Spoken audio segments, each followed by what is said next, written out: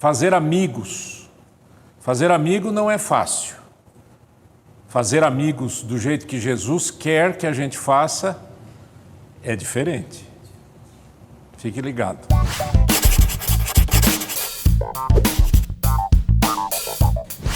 Lucas 16 diz assim, vamos ler o texto, é um texto de 13 versículos, não é longo, e é uma parábola. Vocês sabem qual é o sentido de uma... vocês sabem qual é a explicação, o que é uma parábola, né? Parábola é um ensinamento baseado em situações reais, certo? Não é fábula. Fábula é o pato que conversa com não sei quem, certo? Isso aqui é a parábola. Jesus disse aos seus discípulos, o administrador de um homem rico foi acusado de estar desperdiçando os seus bens. Então ele o chamou e lhe perguntou, o que é isso que estou ouvindo a seu respeito? Preste contas da sua administração, porque você não pode continuar sendo administrador, certo? Você está fora. O administrador disse a si mesmo, meu senhor está me despedindo, o que farei? Para cavar não tenho força e tenho vergonha de mendigar. Já sei o que eu vou fazer, para que quando perder o meu emprego aqui, as pessoas me recebam em suas casas. Teve uma ideia, vamos ver a ideia dele. Então chamou cada um dos devedores do seu senhor. Perguntou ao primeiro, quanto você deve ao meu senhor? 100 potes de azeite, respondeu ele. O administrador lhe disse, tome a sua conta, sente-se depressa e escreva 50. A seguir ele perguntou ao segundo, e você quanto deve? 100 tonéis de trigo, respondeu ele. E ele lhe disse, tome a sua conta e escreva 80. O Senhor elogiou o administrador desonesto, porque agiu astutamente. Pois os filhos deste mundo são mais astutos no trato uns com os outros do que os filhos da luz. Por isso eu digo, usem a riqueza desse mundo ímpio para ganhar amigos, de forma que quando ela acabar, estes os recebam nas moradas eternas. Quem é fiel no pouco, também é fiel no muito.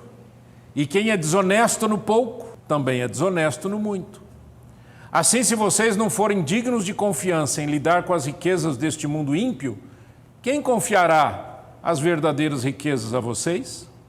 E se vocês não forem dignos de confiança em relação ao que é dos outros, quem lhe dará o que é de vocês? Nenhum servo pode servir a 2 senhores, pois odiará um e amará o outro, ou se dedicará a um e desprezará o outro. Vocês não podem servir a Deus e ao dinheiro. Interessante essa parábola, né? Vocês entenderam a parábola? Quem não conhecia? Não conhecia, nunca tinha lido essa parábola.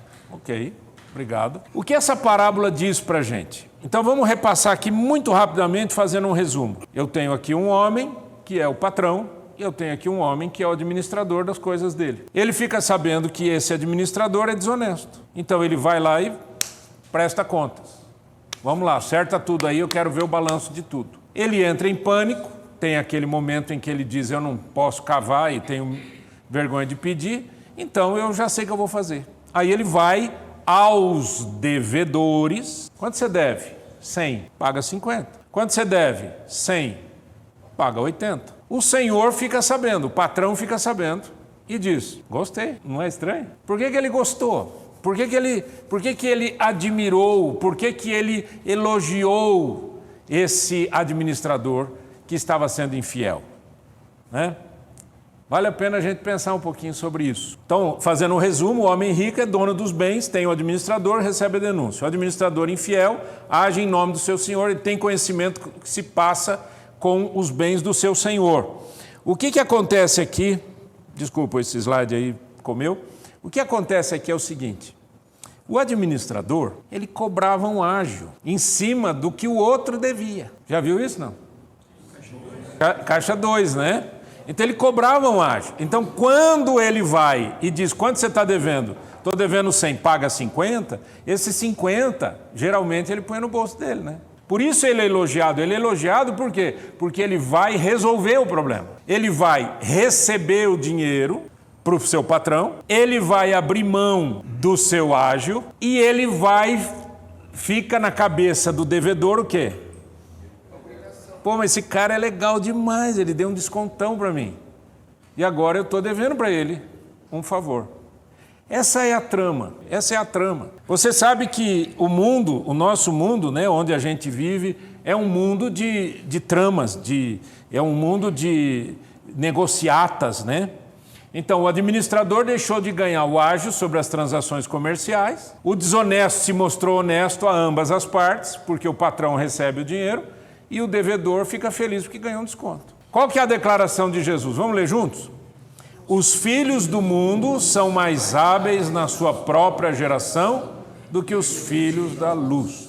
Mais hábeis, mais astutos, mais espertos. Jesus disse que a gente tem que ser simples como as pombas e astuto ou prudente como a serpente. O que quer dizer isso? Quer dizer que a gente tem que fazer como o mundo faz? Seria uma incoerência de acordo com todos os ensinamentos de Jesus. Então o que o Senhor Jesus está dizendo?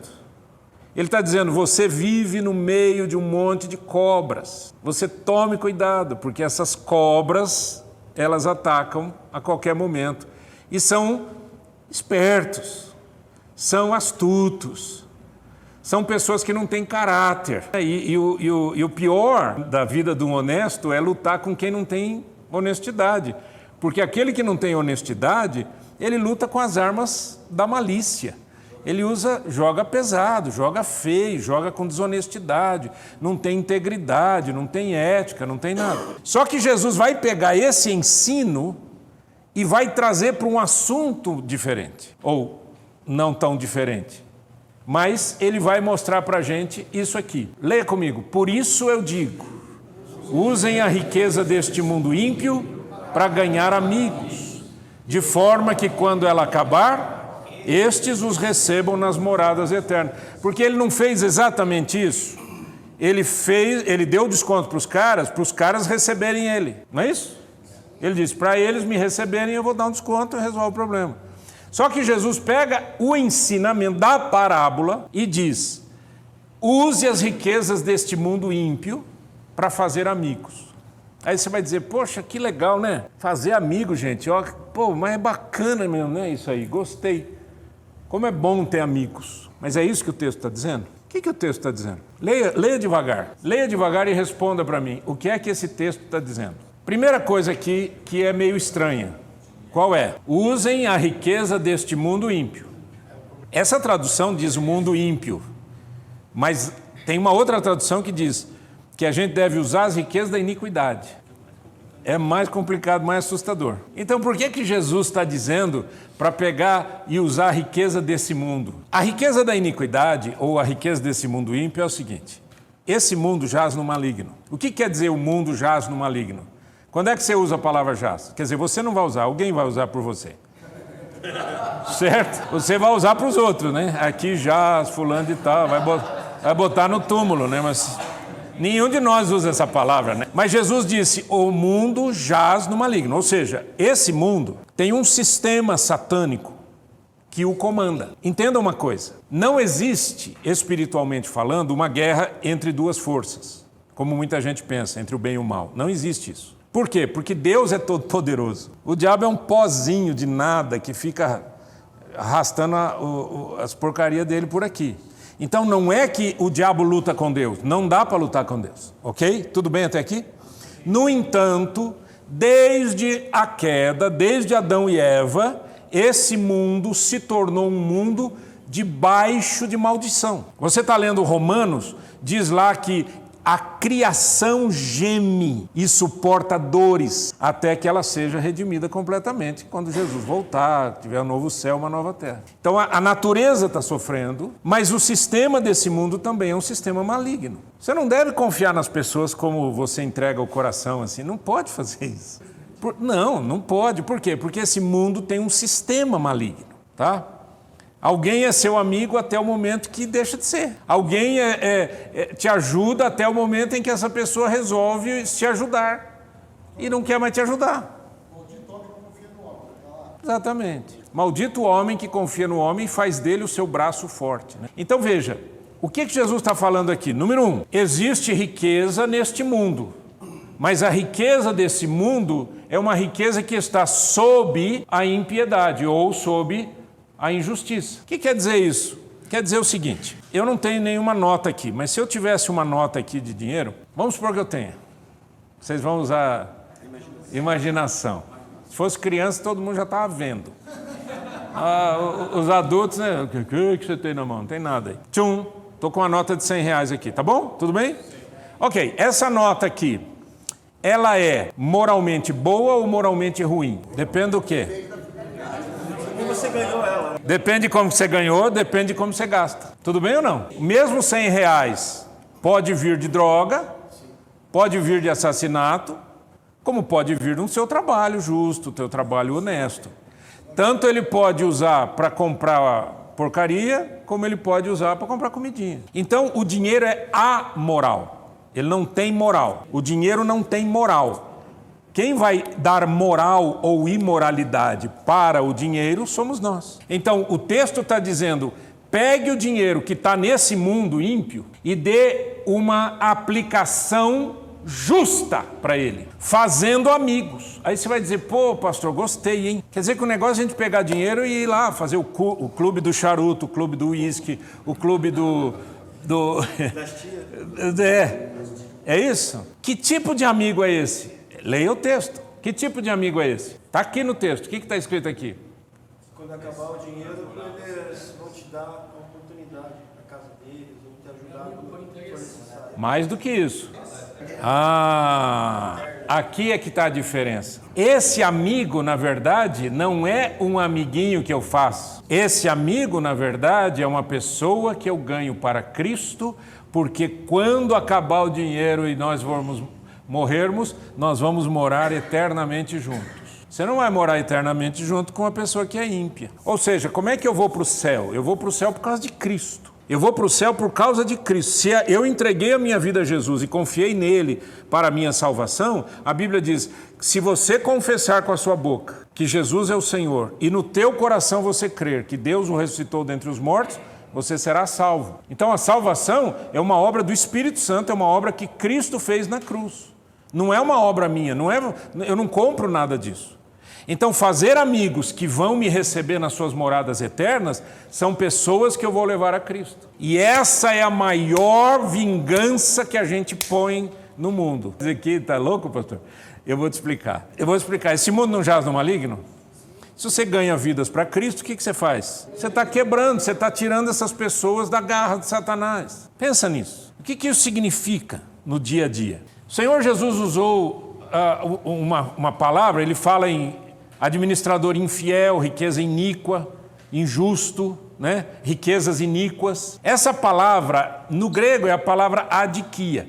Toda palavra grega que começa com A, o prefixo A é o prefixo da negação. Então, ele diz o seguinte, não é justiça, é injustiça. É uma coisa injusta, é uma coisa infiel, é uma coisa iníqua. E ele diz, pega o dinheiro da adikia e transforma esse dinheiro em amigos que você vai levar para a eternidade. Está fazendo sentido, gente? Ok, vamos continuar. Quando ele fala dos amigos, olha só em João 5:24. O que diz aí juntos? Em verdade vos digo, quem ouve a minha palavra e crê naquele que me enviou, tem a vida eterna, não entra em juízo, mas passou da morte. Então, se essas pessoas vão me receber nas moradas eternas, significa que eles passaram para a vida eterna. Eles têm a vida eterna, mas você não tem a vida eterna só quando morre. O tempo verbal é presente, tem a vida eterna, não é terá. Você está percebendo que talvez antes de fazer amigos, você tem que ser amigo de Jesus? Está percebendo? Não. Porque se isso não acontecer na sua vida, você não traz isso para ninguém. Você vai levar o que você não tem? Então, a primeira decisão nossa é a decisão de ter um encontro com Cristo, de abrir a nossa vida, abrir nosso coração e falar, Senhor, estou aqui, eu quero me entregar para o Senhor, porque eu quero ter a vida eterna e eu quero fazer amigos assim. Eu já falei aqui para vocês do perigo da gente ter certos amigos. Eu não precisava nem falar isso, né, gente? Eu acho que é um negócio tão óbvio, mas parece que as coisas mais óbvias são as coisas mais esquecidas. E parece que as coisas mais simples são as mais difíceis. E a simplicidade de você dizer, olha, tem amigo tóxico. Teve uma mulher que chegou uma vez para mim, pastor, meu marido fica recebendo pornografia no celular, pastor. Qual que você acha que foi a resposta do marido dela para mim? Meu amigo que mandou. Eu não tenho culpa. Você concorda? Você concorda? Não. Se uma pessoa que eu confio, uma pessoa, um amigo, um conhecido que seja, mandar uma pornografia para mim, é a última vez que ele faz isso. A minha cabeça não é lixo. Eu não quero estragar a minha vida. É tão difícil viver uma vida certa com Deus, é tão difícil viver uma vida pura com Deus, que eu ainda vou permitir que alguém venha estragar a minha vida? Então, que tipo de amigo eu quero? Eu quero amigo que vai para o céu comigo. É esse amigo que eu quero. E eu quero usar dinheiro para fazer isso. Como é que usa dinheiro para fazer isso? Ué, isso aqui, ó, vocês comeram aqui, vocês acham que isso aqui custa ou não custa? Custa. Alguém está fazendo amigos aqui. Não é lindo isso, gente? Você está vivendo isso na prática. Você está podendo vir aqui e ouvir, e receber oração, e um amigo, e uma outra pessoa, e até fazer negócios, né? O que você faz? Eu faço isso. Ah, que legal, eu também faço. Ah, que bacana, então a gente pode... Vamos trabalhar junto, vamos fazer alguma coisa junto. Eu acho tão lindo isso, eu gosto disso. Agora, eu não confio em ninguém, nem em crente, nem em descrente. Não confio, mas isso não quer dizer que eu não vou ter amigos que vão para o céu comigo, tá certo?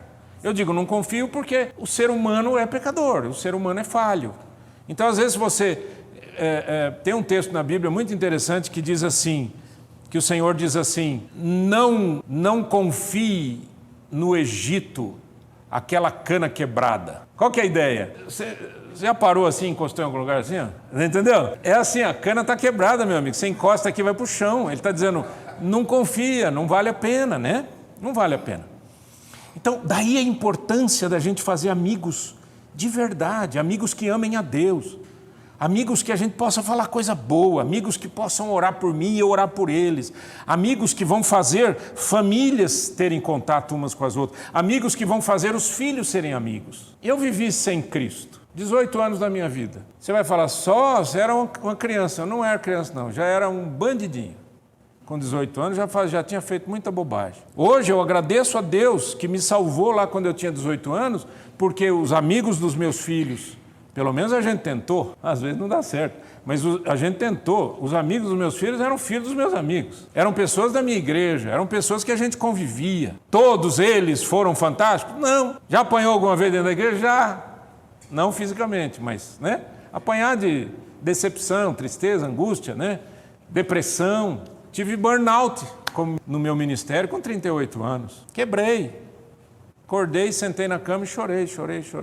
Não sabia o que estava acontecendo comigo. É luta. A luta é grande. Eu só tinha 38. Hoje eu estou com 65, indo para 66 esse ano.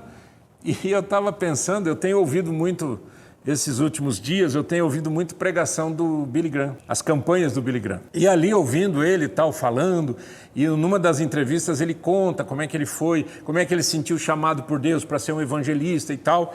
E eu fico ouvindo com 65 anos dizendo, puxa vida, que legal, dá vontade de começar tudo de novo. Por quê? Por causa de Jesus, é por causa da saúde espiritual que você adquire quando você anda com Cristo, né? Há uma outra palavra grega muito interessante que é a palavra pistos, que é fé ou fidelidade, ou fidelidade, né? Então ele diz, quem é fiel no pouco, também é fiel no muito. Deixa eu te ajudar. Você lembra qual foi a palavra de Jesus para finalizar a parábola? Façam amigos com as riquezas desse mundo ímpio, certo? Façam amigos com a riqueza desse mundo ímpio. Então agora eu tenho que perceber o seguinte, como que eu trabalho as riquezas? Ouça, quem é fiel no pouco, também é fiel no muito. Você concorda com essa frase? Mas sabe o que eu vejo na prática? O contrário. Não o contrário como se fosse verdade. Eu vou te explicar. Eu vejo na prática pessoas que dizem assim, se eu tivesse dinheiro. Se eu tivesse mais. Quem dera eu pudesse ter mais dinheiro. Eu ia ajudar pessoas, ia ajudar minha família, eu ia evangelizar, eu ia sair por esse mundo falando de Jesus. Mentiroso. Sabe por que é mentiroso? Porque quem não é fiel no pouco, não vai ser fiel no muito nunca. Se ficar rico, miserável, vai ficar um bicho. Vai levantar o nariz, vai olhar todo mundo por cima, não vai ajudar ninguém, não vai ajudar nem a esposa e nem os filhos. Eu já vi isso acontecer, eu tenho idade para ver essas coisas. Um cara uma vez chegou para mim e falou assim, já avisei meus filhos, vou gastar tudo que eu tenho, não vou deixar nada para eles. Sei lá. Falou isso pelo menos, né? Quem é fiel no pouco também é fiel no muito. E quem é injusto no pouco também é injusto no muito. Então, querido, ouça aqui, ó. Ouve que eu vou te falar. Vocês se lembram que tem um texto na Bíblia que conta que Jesus estava diante de uma multidão e ele chamou os discípulos e falou assim: eu estou com dó dessa turma aqui, eles estão com fome. Estão aqui horas e horas e horas e horas. Arruma alguma coisa para eles comerem. Aí um dos discípulos lá, eu acho que com mais coragem, falou assim: Senhor, onde é que nós vamos arrumar dinheiro para comprar comida para todo mundo? São milhares de pessoas. E não é nem só comprar comida, é onde comprar, né? É onde comprar. Porque no tempo que a gente tem hoje, que tem supermercado, que tem padaria, que tem isso, que tem aquilo, se eu falar assim para você, a gente precisa... Vai lá buscar uma comidinha para 5.000 pessoas, por favor. Onde você vai comprar? Só de alguns dias. E aí um outro discípulo chegou para Jesus e falou: Senhor, tem um menino aqui que a única coisa que ele tem é 5 pães e 2 peixes. O que Jesus falou? Tá bom, suficiente, não precisa mais. 5 pães e 2 peixes. Que tamanho que era esse pão? Era pão, gente, pão normal, certamente aquele pita, tipo aquele pita que a gente conhece, né? E peixe salgado talvez, né? Seco. Agora, quando Jesus pega esses 5 pães e 2 peixes, o que Jesus fez? Ele não só alimentou a multidão, como a Bíblia diz que se levantaram 12 cestos cheios da sobra. Então Jesus não está preocupado com quanto você tem, porque ele faz a coisa acontecer. Mas sabe, gente, a gente não tem o nome daquele menininho. A Bíblia não conta o nome dele. Mas era um menininho que chegou e disse: eu tenho 5 pães e 2 peixes. Que foi a semente que Deus utilizou para fazer uma multiplicação incrível. O que é que você tem? Ai, pastor, o senhor não sabe. Minha luta é grande.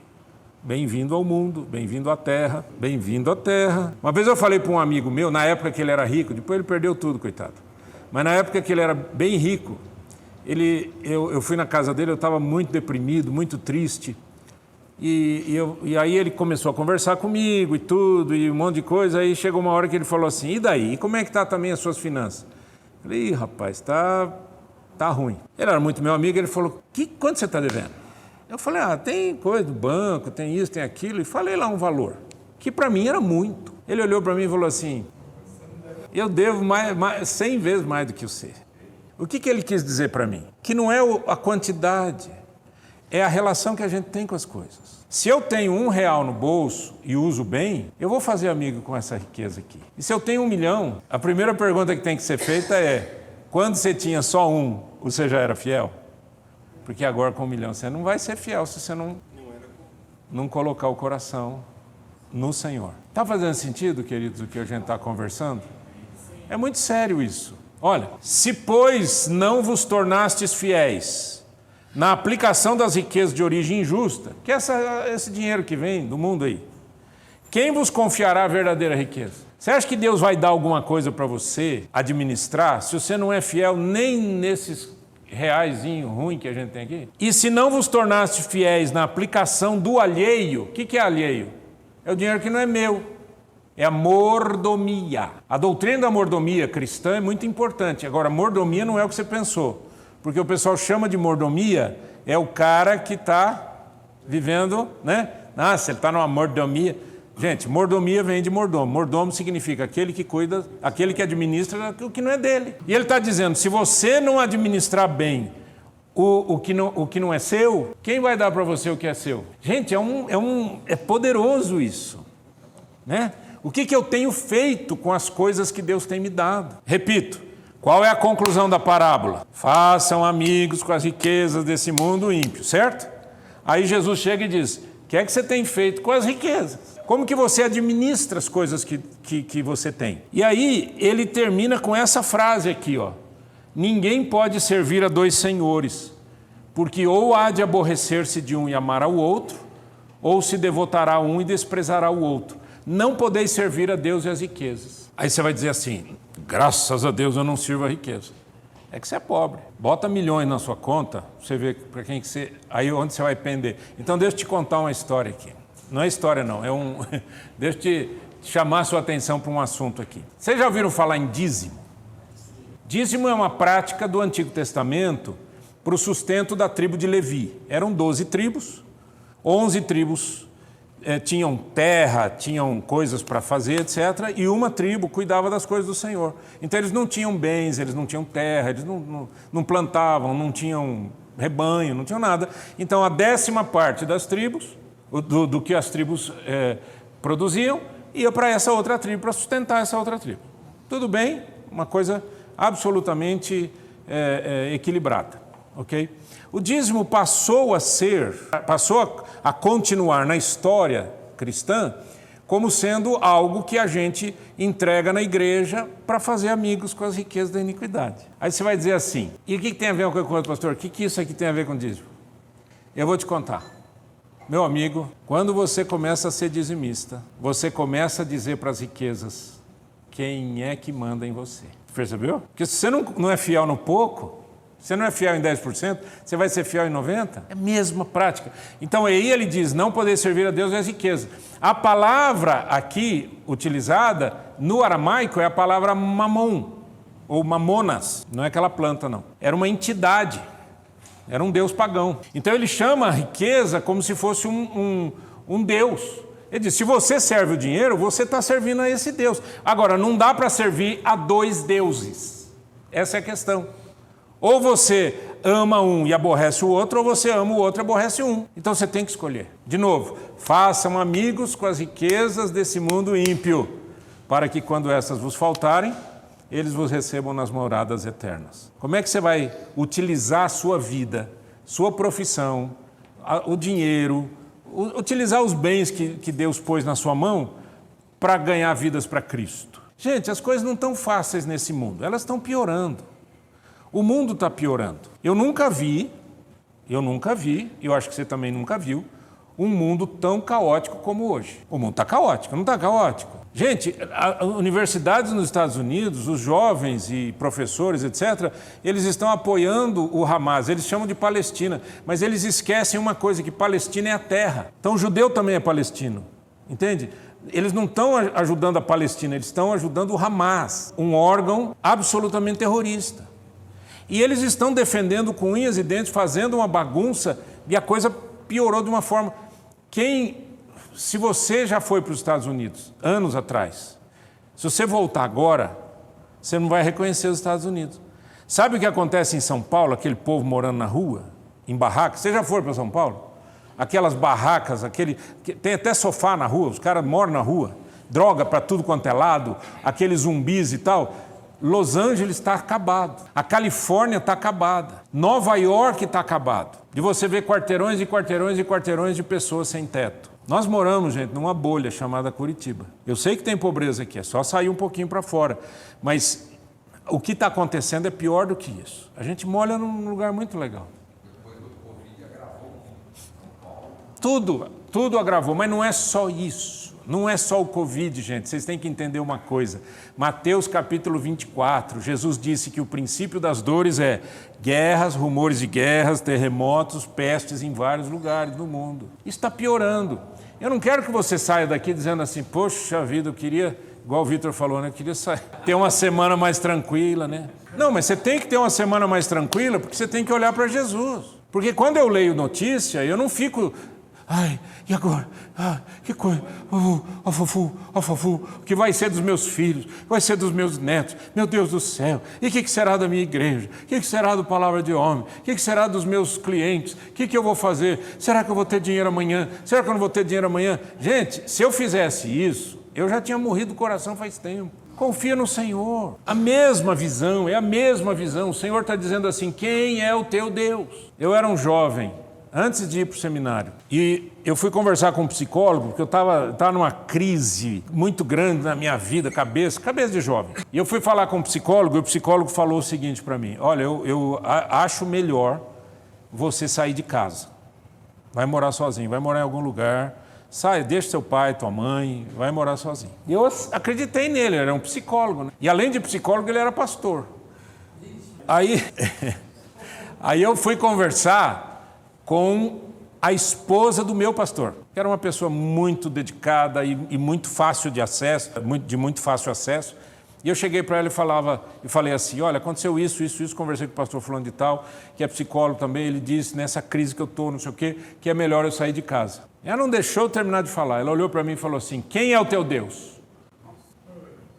A quem você serve? Eu assustei, fiquei vermelho, com vergonha. Claro, porque eu entendi o que ela quis dizer. Ela disse, o teu Deus não é Deus de confusão, não é Deus para fazer você fugir de lugar nenhum. Vai ganhar sua família para Cristo. Eu batizei meu pai e batizei minha mãe. Seja obediente. Mas antes disso, você tem que entregar a sua vida para Cristo. Vamos ficar em pé? Eterno Deus, eu quero te pedir que a aplicação de tudo que conversamos aqui seja do teu Espírito Santo no coração de cada homem. Que o Senhor não deixe ninguém hoje, Senhor, fechar os olhos para dormir sem antes fazer uma reflexão e orar ao Senhor e falar contigo. Tu és o Deus eterno. Tu és o Deus eterno. O nosso Deus é acima de toda luta, de todo problema. Não tem inferno nenhum que possa com o poder de Deus. Louvado seja o teu nome. Dá graça, Senhor, para cada homem aqui. Traz esperança ao nosso coração. E traz para a gente, Senhor, o propósito de ganharmos pessoas para Cristo como nosso próprio propósito de vida. Em nome de Jesus. Amém.